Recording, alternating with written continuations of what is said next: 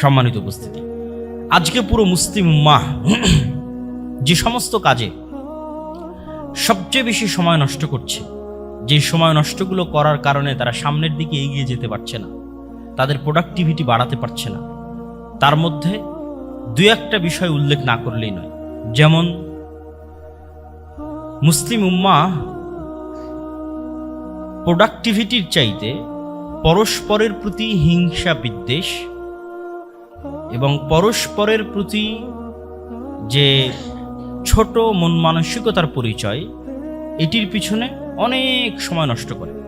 Backbiting, গিবত, আড্ডা, আলোচনা, গালিগালাজ, বিশেষ করে গণতান্ত্রিক রাজনীতির কারণে মুসলিম উম্মার মধ্যে এই স্বভাবটি ব্যাপকভাবে ভাইরাসের মতো ছড়িয়ে পড়েছে এবং এটিতেই আমরা সবচেয়ে বেশি সময় নষ্ট করি।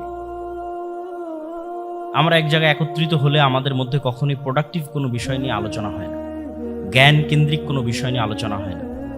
শুধু সেকুলার নয়, যারা মুসলিম প্র্যাকটিসিং তাদের মধ্যেও যখন তারা একত্রিত হয় তখন তারা কোরআনের একটা আয়াত নিয়ে আলোচনা করবে, হাদিসের একটা অনুবাদ নিয়ে আলোচনা করবে, তাফসির নিয়ে আলোচনা করবে না।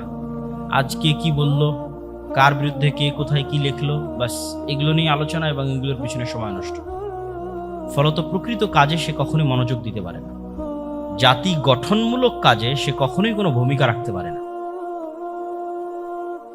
এবং মুসলিমদের পিছিয়ে থাকার অন্যতম একটি বড় কারণ হচ্ছে এই অন্তর্দ্বন্দ্ব, অন্তর্কলহ, পারস্পরিক হিংসা এবং বিদ্বেষ। এটি থেকে আমাদের বেরিয়ে আসতে হবে এবং আমাদের মাথায় রাখতে হবে, আমি যে কাজটা করছি এই কাজটা আমার কি উপকারী দিবে, আমার দেশ ও জাতির কি উপকারী দিবে, আমার উম্মাহ মুসলিম উম্মার কি উপকারী দিবে, দিন শেষে কি ভ্যালু অ্যাড করবে, আমার নিজস্ব পার্সোনাল ক্যারিয়ারে কি ভ্যালু অ্যাড করবে, অথবা আমার দেশ, জাতি, আমার ইউনিভার্সিটি, আমার প্রতিষ্ঠান, আমার মুসলিম জাতির ক্যারিয়ারে কি ভ্যালু অ্যাড করবে আমার এই কাজটা। তখন আপনি বুঝতে পারবেন আপনি অনর্থক সময় নষ্ট করছেন না আসলেই প্রকৃত কোনো কাজ করতেছেন।